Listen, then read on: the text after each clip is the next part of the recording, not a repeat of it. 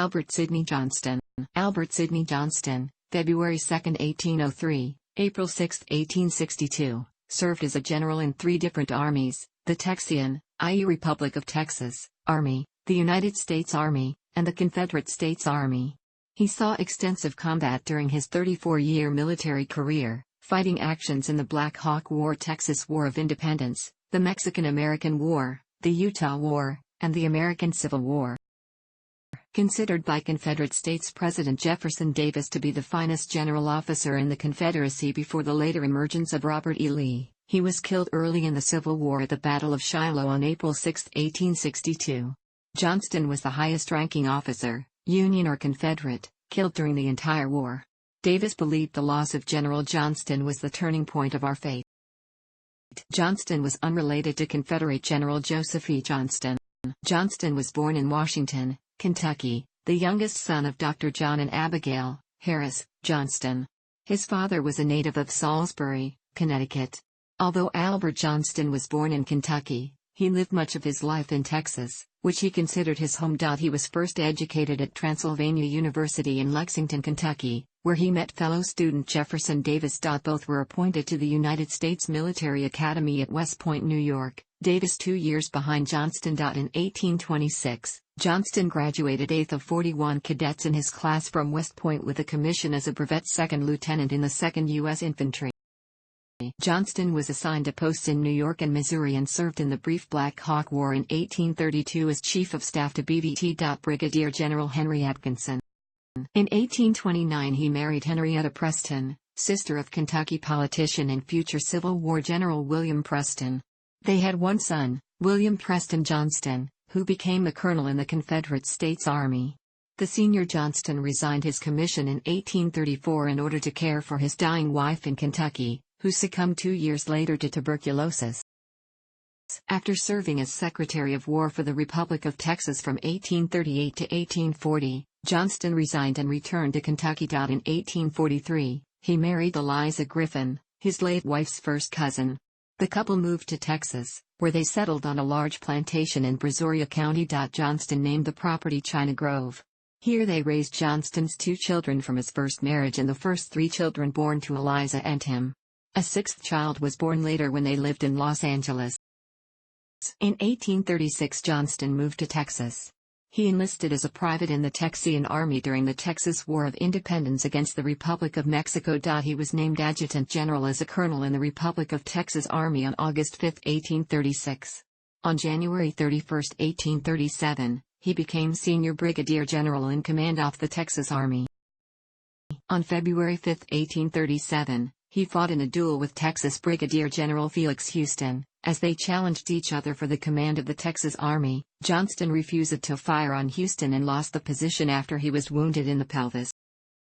On December 22, 1838, Mirabeau B. Lamar, the second president of the Republic of Texas, appointed Johnston as Secretary of War. He provided for the defense of the Texas border against Mexican invasion, and in 1839 conducted a campaign against Indians in northern Texas. In February 1840, he resigned and returned to Kentucky. Johnston returned to Texas during the Mexican-American War, 1846 to 1848, under General Zachary Taylor as a colonel of the 1st Texas Rifle Volunteers. The enlistments of his volunteers ran out just before the Battle of Monterey.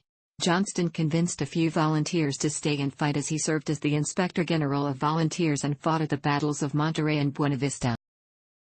He remained on his plantation after the war until he was appointed by later 12th President Zachary Taylor to the U.S. Army as a major and was made a paymaster in December 1849. He served in that role for more than 5 years, making 6 tours, and traveling more than annually in the Indian frontier of Texas. He served on the Texas frontier at Fort Mason and elsewhere in the West. In 1855, 14th President Franklin Pierce appointed him colonel of the new 2nd U.S. Cavalry, the unit that preceded the modern 5th U.S., a new regiment, which he organized. On August 19, 1856, General Persifor Smith, at the request of Kansas Territorial Governor Wilson Shannon, sent Colonel Johnston with 1,300 men composed of the 2D Cavalry Dragoons from Fort Riley, a battalion of the 6th Infantry and Captain House Artillery Company from Jefferson Barracks, near St. Louis to protect the territorial capital at Lecompton from an imminent attack by James Henry Laney and his abolitionist Army of the North. As a key figure in the Utah War, Johnston led U.S. troops who established a non-Mormon government in the Mormon Territory. He received a brevet promotion to brigadier general in 1857 for his service in Utah. He spent 1860 in Kentucky until December 21, when he sailed for California to take command of the Department of the Pacific. At the outbreak of the American Civil War, Johnston was the commander of the U.S. Army Department of the Pacific in California. Like many regular Army officers from the South, he was opposed to secession. But he resigned his commission soon after he heard of the secession of his adopted state of Texas. It was accepted by the War Department on May 6, 1861, effective May 3. On April 28 he moved to Los Angeles, the home of his wife's brother John Griffin. Considering staying in California with his wife and 5 children, Johnston remained there until May. Soon, under suspicion by local Union officials, he evaded arrest and joined the Los Angeles Mounted Rifles as a private, leaving Warner's Ranch May 27. He participated in their trek across the southwestern deserts to Texas, crossing the Colorado River into the Confederate territory of Arizona on July 4, 1861. Early in the Civil War, Confederate President Jefferson Davis decided that the Confederacy would attempt to hold as much of its territory as possible, and therefore distributed military forces around its borders and coasts. In the summer of 1861, Davis appointed several generals to defend Confederate lines from the Mississippi River east to the Allegheny Mountains. The most sensitive, and in many ways the most crucial areas, along the Mississippi River and in western Tennessee along the Tennessee and the Cumberland Rivers were placed under the command of Major General Leonidas Polk and Brigadier General Gideon J. Pillow. The latter had initially been in command in Tennessee as that state's top general. Their impolitic occupation of Columbus, Kentucky, on September 3, 1861, 2 days before Johnston arrived in the Confederacy's capital off Richmond, Virginia, after his cross-country journey, drove Kentucky from its stated neutrality. The majority of Kentuckians allied with the Union camp. Polk and Pillow's action gave Union Brigadier General Ulysses S. Grant an excuse to take control of the strategically located town of Paducah, Kentucky, without raising the ire of most Kentuckians and the pro-Union majority in the state legislature. On September 10, 1861, Johnston was assigned to command the huge area of the Confederacy west of the Allegheny Mountains, except for coastal areas. He became commander of the Confederacy's Western armies in the area often called the Western Department or Western Military Department. Johnston's appointment as a full general by his friend and admirer Jefferson Davis already had been confirmed by the Confederate Senate on August 31, 1861. The appointment had been backdated to rank from May 30, 1861. Making him the second highest-ranking general in the Confederate States Army. Only Adjutant General and Inspector General Samuel Cooper ranked ahead of him. After his appointment, Johnston immediately headed for his new territory. He was permitted to call on governors of Arkansas, Tennessee and Mississippi for new troops, although this authority was largely stifled by politics, especially with respect to Mississippi. On September 13, 1861, Johnston ordered Brigadier General Felix Zollicoffer with 4,000 men to occupy Cumberland Gap in Kentucky in order to block Union troops from coming into eastern Tennessee. The Kentucky legislature had voted to side with the Union after the occupation of Columbus by Polk. By September 18, Johnston had Brigadier General Simon Bolivar Buckner with another 4,000 men blocking the railroad route to Tennessee at Bowling Green, Kentucky. Johnston had fewer than 40,000 men spread throughout Kentucky, Tennessee, Arkansas, and Missouri. Of these, 10,000 were in Missouri under Missouri State Guard Major General Sterling Price. Johnston did not quickly gain many recruits when he first requested them from the governors, but his more serious problem was lacking sufficient arms and ammunition for the troops he already had. As the Confederate government concentrated efforts on the units in the East, they gave Johnston small numbers of reinforcements and minimal amounts of arms and material. Johnston maintained his defense by conducting raids and other measures to make it appear he had larger forces than he did, a strategy that worked for several months. Johnston's tactics had so annoyed and confused Union Brigadier General William Tecumseh Sherman in Kentucky that he became paranoid and mentally unstable. Sherman overestimated Johnston's forces, and had to be relieved by Brigadier General Don Carlos Buell on November 9, 1861. East Tennessee, a heavily pro-Union region of the South during the Civil War, was held for the Confederacy by two unimpressive brigadier generals appointed B. Jefferson Davis, Felix Zollicoffer, a brave but untrained and inexperienced officer, and soon-to-be Major General George B. Crittenden, a former U.S. Army officer with apparent alcohol problems. While Crittenden was away in Richmond, Zollicoffer moved his forces to the north bank of the Upper Cumberland River near Mill Springs, now Nancy, Kentucky, putting the river to his back and his forces into a trap. Zollicoffer decided it was impossible to obey orders to return to the other side of the river because of scarcity of transport and proximity of Union troops. When Union Brigadier General George H. Thomas moved against the Confederates, Crittenden decided to attack one of the two parts of Thomas's command at Logan's Crossroads near Mill Springs before the Union forces could unite. At the Battle of Mill Springs on January 19, 1862, the ill-prepared Confederates, after a night march in the rain, attacked the Union force with some initial success. As the battle progressed, Zollicoffer was killed. Crittenden was unable to lead the Confederate force. He may have been intoxicated, and the Confederates were turned back and routed by a Union bayonet charge, suffering 533 casualties from their force of 4,000. The Confederate troops who escaped were assigned to other units as General Crittenden faced an investigation of his conduct. After the Confederate defeat at the Mill Springs, Davis sent Johnston a brigade and a few other scattered reinforcements. He also assigned him General P.G.T. Beauregard, who was supposed to attract recruits because of his victories early in the war, and act as a competent subordinate for Johnston. The brigade was led by Brigadier General John B. Floyd, considered incompetent. He took command at Fort Donelson as the senior general present just before Union Brigadier General Ulysses S. Grant attacked the fort.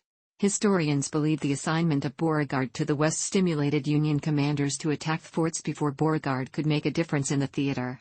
Union officers heard that he was bringing 15 regiments with him, but this was an exaggeration of his forces. Based on the assumption that Kentucky neutrality would act as a shield against a direct invasion from the north, Tennessee initially had sent men to Virginia and concentrated defenses in the Mississippi Valley, circumstances that no longer applied in September 1861.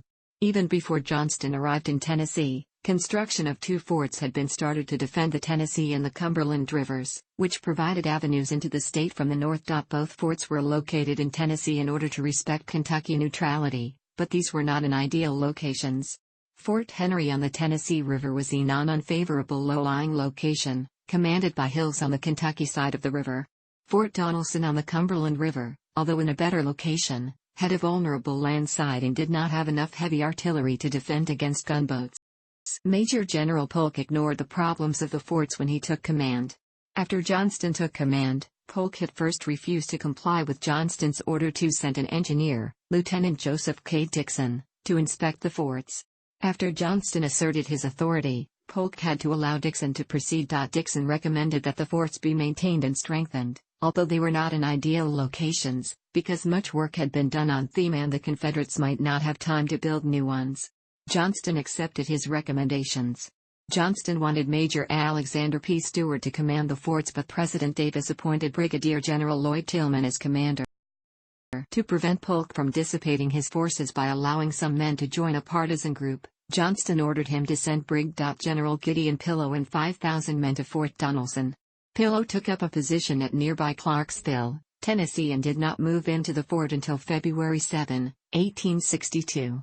Alerted by a Union reconnaissance on January 14, 1862, Johnston ordered Tillman to fortify the high ground opposite Fort Henry, which Polk had failed to do despite Johnston's orders. Tillman failed to act decisively on these orders, which in any event were too late to be adequately carried out.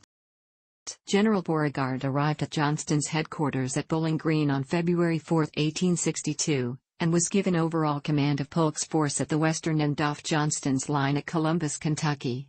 On February 6, 1862, Union Navy gunboats quickly reduced the defenses of ill-sited Fort Henry, inflicting 21 casualties on the small remaining Confederate force.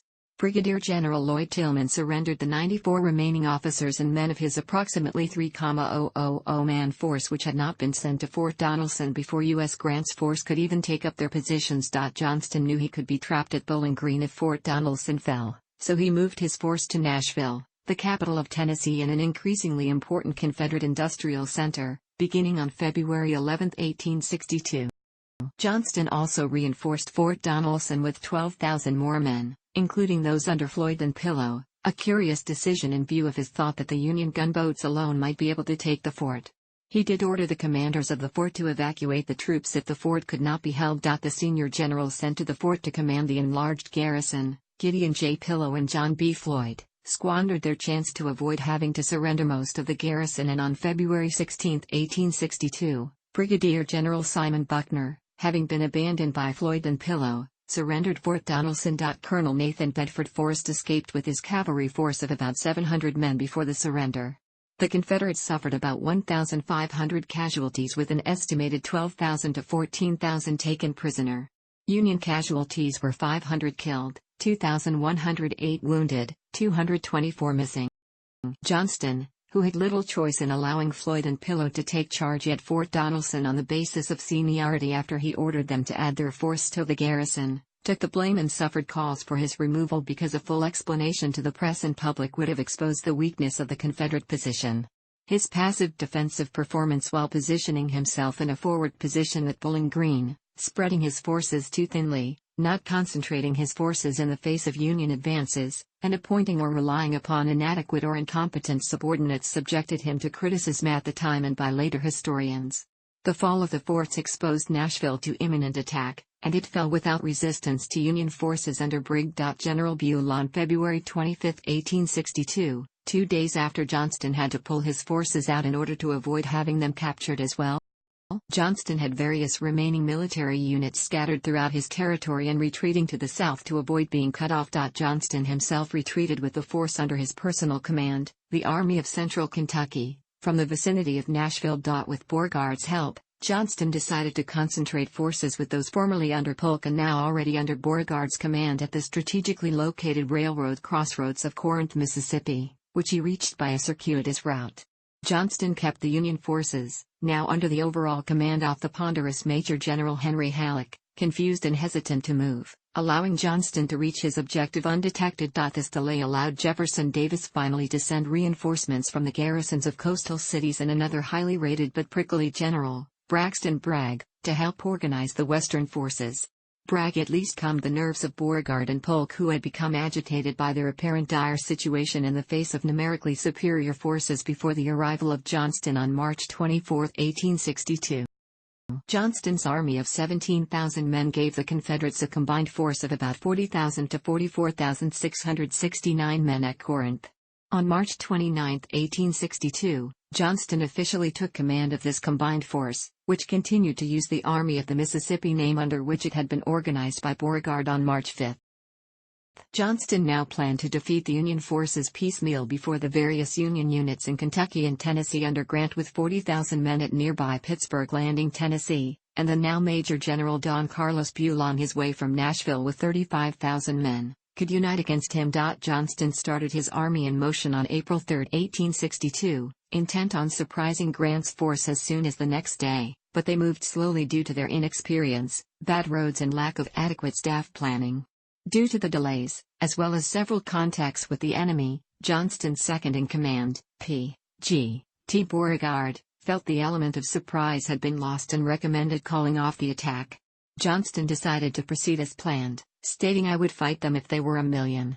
His army was finally in position within a mile or two of Grant's force, and undetected, by the evening of April 5, 1862.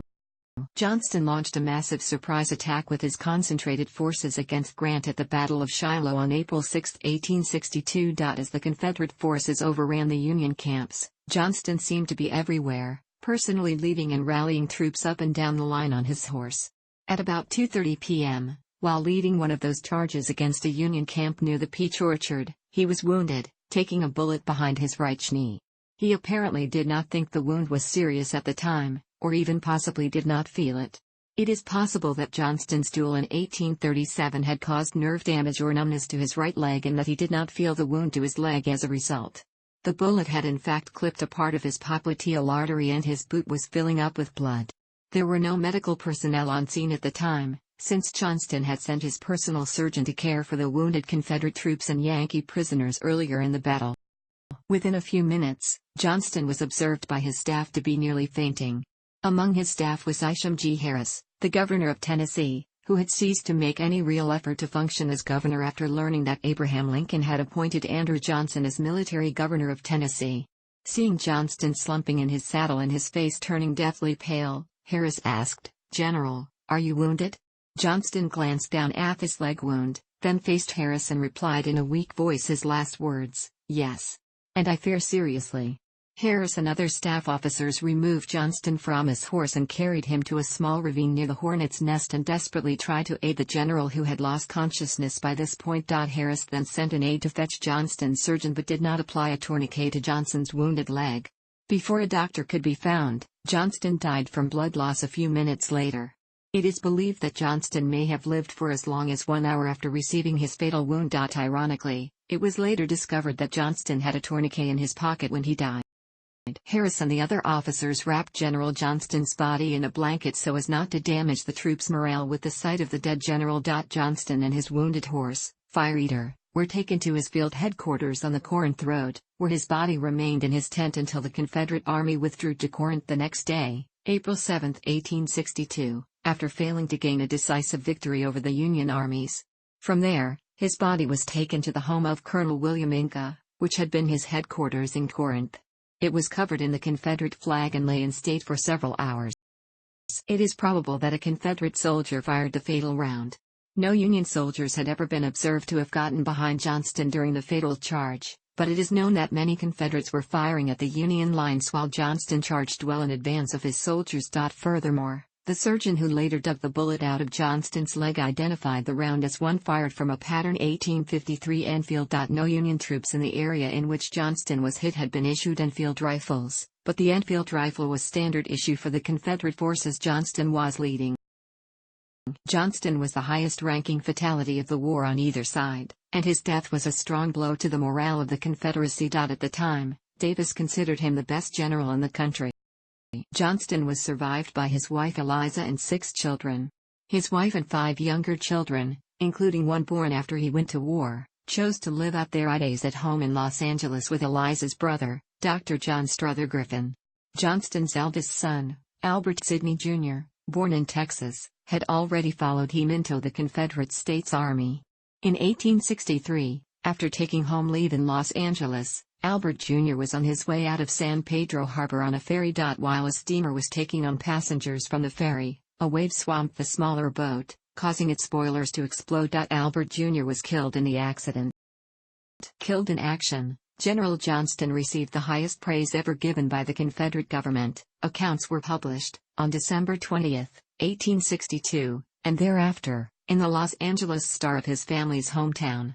Johnston Street, Hancock Street, and Griffin Avenue, each in northeast Los Angeles, are named after the general and his family, who lived in the neighborhood.